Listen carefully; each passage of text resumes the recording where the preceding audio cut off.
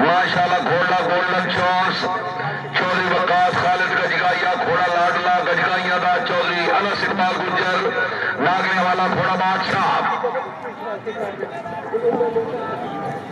56 number कलाम तो हो रहा है कोल पॉइंट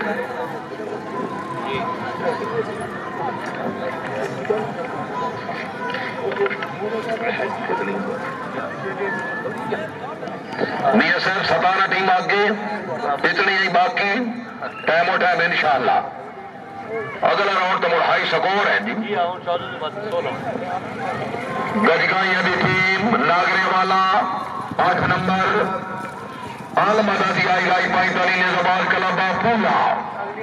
जी अलहाज मियां मोहम्मद अनवर गुजर इंटरनेशनल जज नजबादी जनाब के क्लब का नंबर टीम कैप्टन मियां फैसल असलम पूरा घोड़ा अकाए मौला